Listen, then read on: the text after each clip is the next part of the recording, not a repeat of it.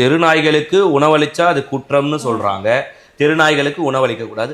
அப்போ தமிழக அரசு சார்பில் கார்பரேஷன் இயங்கிக்கிட்டு இருக்கு. இந்த நாய்களெல்லாம் பிடித்து கருத்தடை செய்யணும்னு சொல்றாங்க. பட் ஆனால் பார்த்தா நிறைய பகுதியில் இருக்கக்கூடிய மிருகநல ஆர்வலர்கள் தான் அதை பிடிச்சி அவங்களுடைய சொந்த பணத்தில் வந்து அதுகளுக்கு கருத்தடை செய்கிறாங்க. அப்போ எதற்காக பிஎஃப்ஐ எல்லாம் இயங்கிட்டு இருக்கு?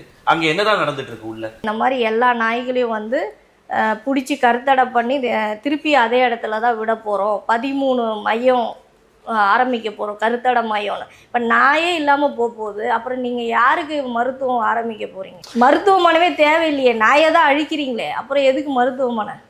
ஒரு நாயா இறந்த காலம் போய் கூட்டமாக கொல்லக்கூடிய காலம் உட்பாயிடுச்சு. ரொம்ப கேஷுவல் ஆகிடுச்சிங்க. அதை பற்றி ஒரு 2 நாள் சோஷியல் மீடியாவில் வருது, 3ஆம் நாளில் வேறு டாபிக் போயிடுது.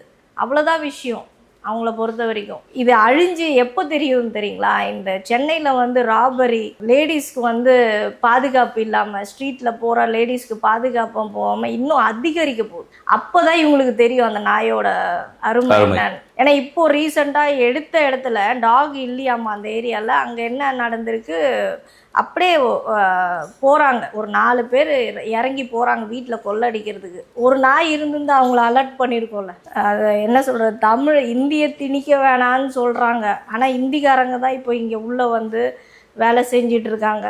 நம்ம தமிழருக்கு வேலை இல்லாமல் போயிடுச்சு. அந்த மாதிரி பார்க்கும் போது அவங்க வர வர க்ரைமும் அதிகமாகுது. இது நம்மளுக்கு வந்து பாதுகாப்பு இல்லாமல் தான் போகுது. சென்னையை பொறுத்தவரை நீங்கள் சொன்ன விஷயம் உண்மைதான்.